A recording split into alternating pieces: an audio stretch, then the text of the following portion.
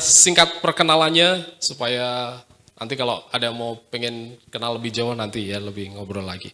Nah Bapak Ibu Saudara, hari ini kita belajar dari Yehezkiel. Kalau Bapak Ibu Saudara mungkin buka Alkitab, kalau HP enak ya. Tapi kalau buka Alkitab printed, yang Alkitab cetak mungkin agak bingung, Yehezkiel itu di mana kan?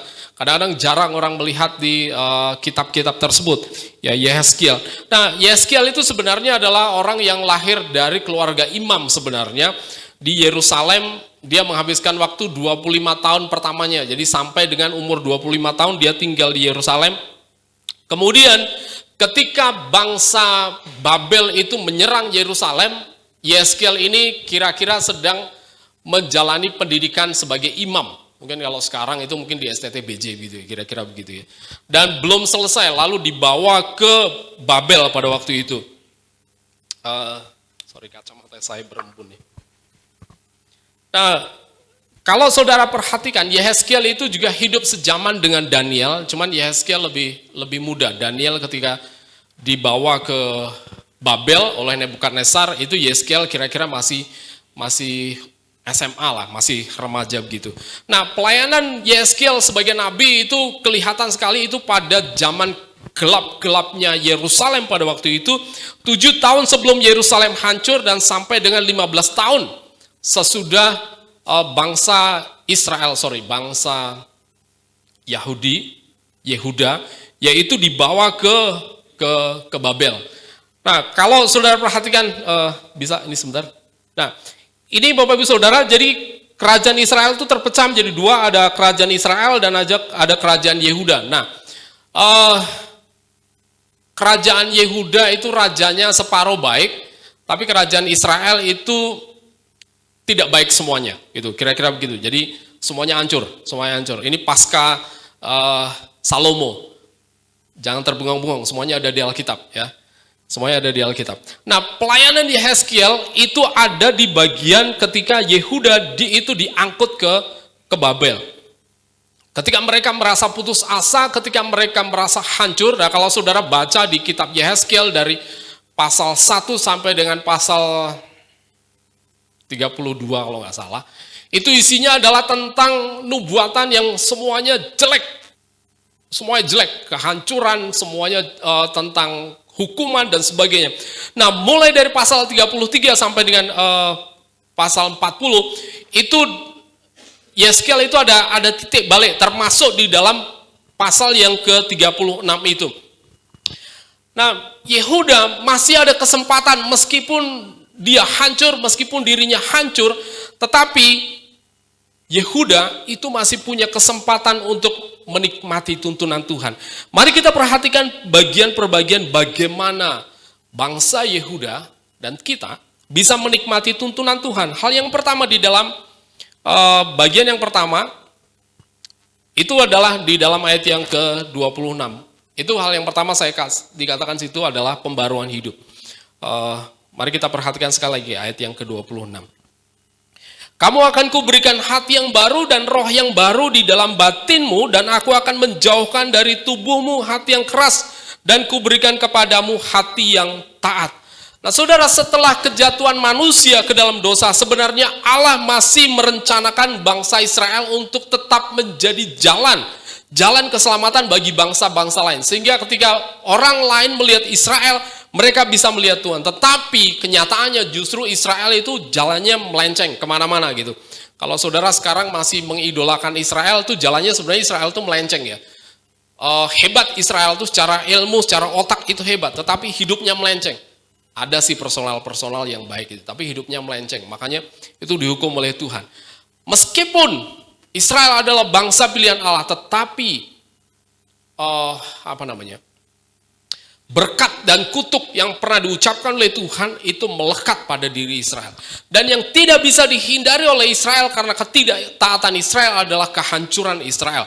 Dan ini diawali dengan pecahnya kerajaan Israel pada waktu itu pasca Raja Salomo, itu pecah menjadi dua, menjadi kerajaan utara dan kerajaan selatan. Tadi saya udah perlihatkan di slide ya.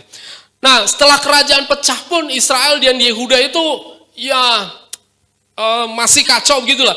Makanya nanti saudara bisa lihat secara lebih detailnya di Alkitab ya.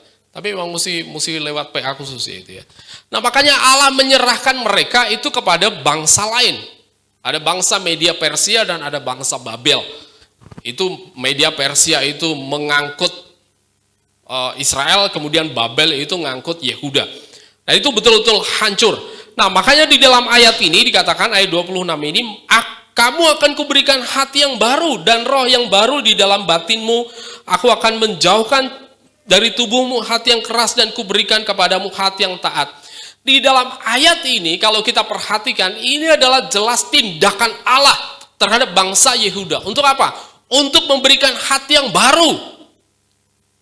Kalau ditanya sebenarnya apa hebatnya Yehuda sampai Allah memberikan hadiah kepada mereka.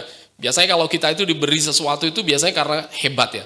Karena hebat juara satu dan sebagainya, mungkin karyawan teladan dan sebagainya ada hadiah. Tetapi ini tidak ada sama sekali, tidak ada hebatnya, tidak ada teladannya, malah justru hidup Yehuda itu rusak.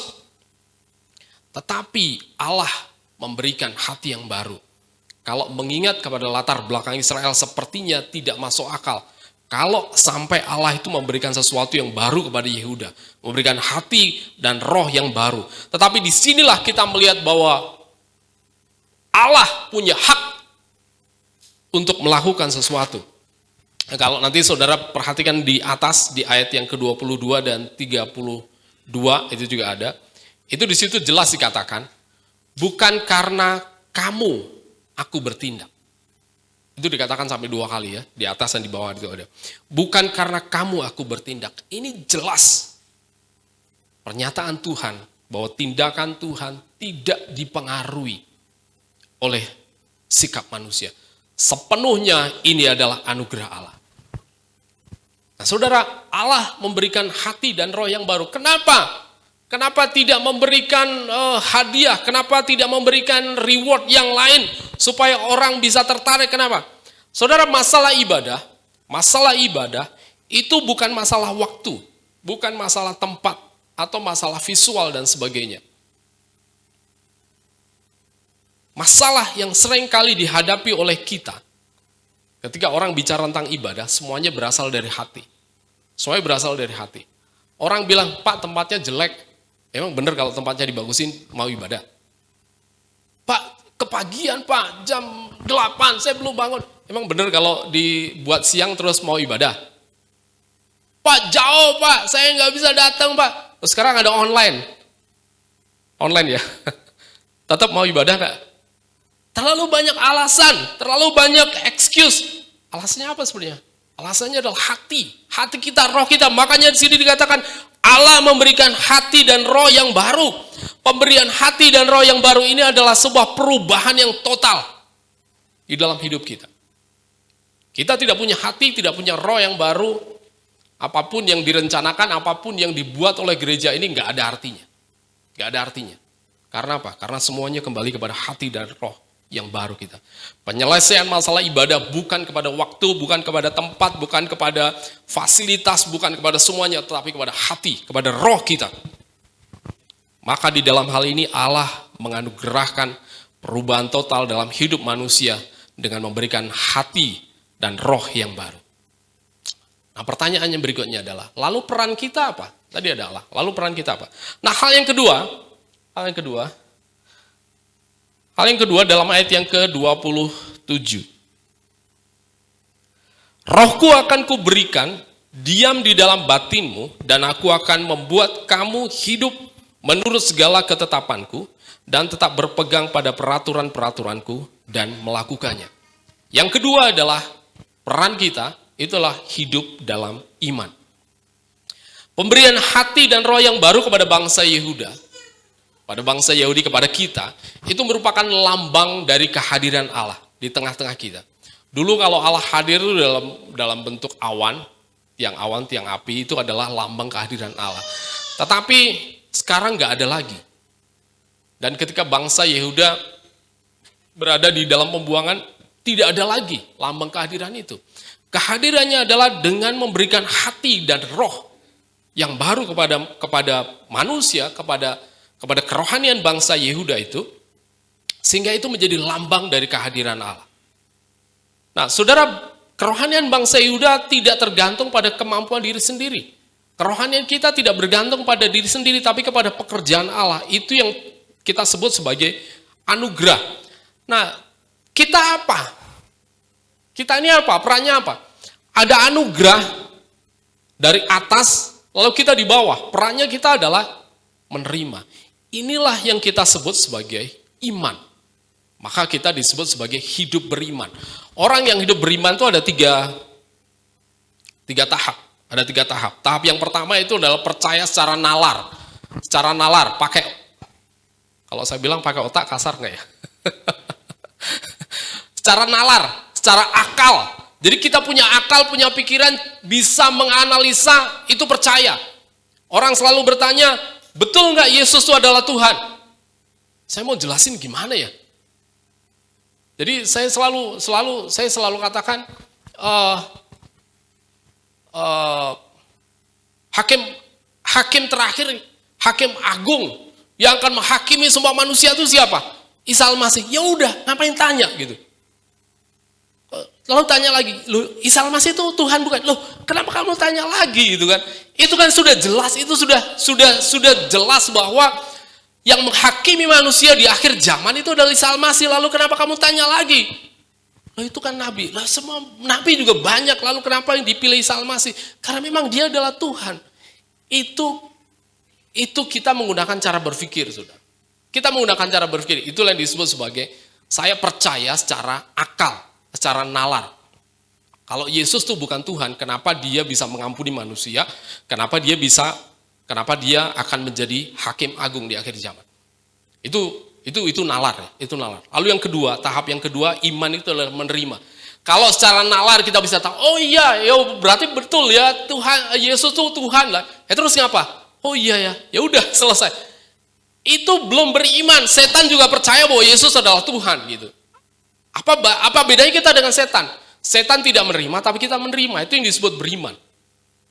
Kita menerima Yesus sebagai Tuhan, kita menerima apa yang Allah katakan, menerima dalam hidup kita, itu disebut sebagai beriman.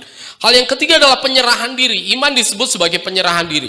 Ketika saya percaya secara nalar, ketika saya menerima apa yang dikatakan oleh Allah, dan ketika saya menyerahkan diri saya, itu disebut sebagai iman yang lengkap. Saudara pernah khawatir? Pernah? Saya juga. Wah, ternyata saya nggak sendirian ya. Nah, saudara, khawatir itu Yesus katakan itu memang ada dalam diri manusia. Itu sebabnya Yesus katakan, jangan kamu khawatir. Kenapa? Setiap orang memang khawatir. Tapi Yesus katakan, jangan kamu khawatir. Ini yang disebut sebagai penyerahan diri.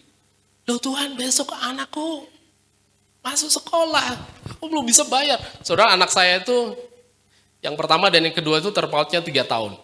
Jadi yang satu masuk kuliah, yang satu masuk SMA. Dari dulu ya itu ya. Satu masuk SMP, satu masuk SMA, satu masuk SMA, satu masuk kuliah, dan itu ya nafasnya mesti panjang ya. Gitu ya. Nah, tapi khawatir.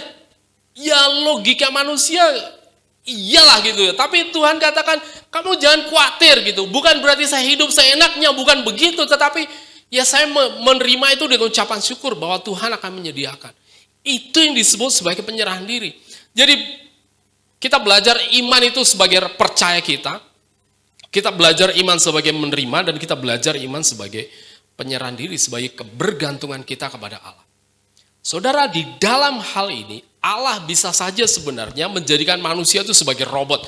Udah, ini kamu tak kasih tugas untuk melakukan tugasnya Allah, semua selesaikan. Tapi Tuhan tidak begitu.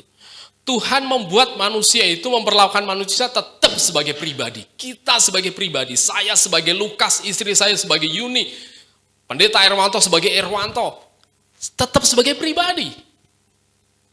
Tidak bisa sama, tidak bisa berbeda. Bisa berbeda-beda, nggak mungkin sama gitu. Kenapa sekarang ada fingerprint? Kenapa ada mata untuk ini? Karena memang semuanya berbeda. Semuanya berbeda. Ya mesin bisa diakali ya. Tapi kepribadian seorang itu semuanya berbeda-beda. Semua kembali kepada keputusan kita sendiri. Mau dan tidak, saudara mau beribadah dan tidak, itu kembali kepada keputusan sendiri. Nah, inilah yang disebut, saya katakan, kita menerima dengan iman. Kita melakukan semuanya dengan iman. Saudara, kita bisa menikmati tuntunan Tuhan. Saudara nggak perlu bayar sepeser pun. Kalau saudara masuk ke Taman Safari sebagai pengunjung, pasti bayar.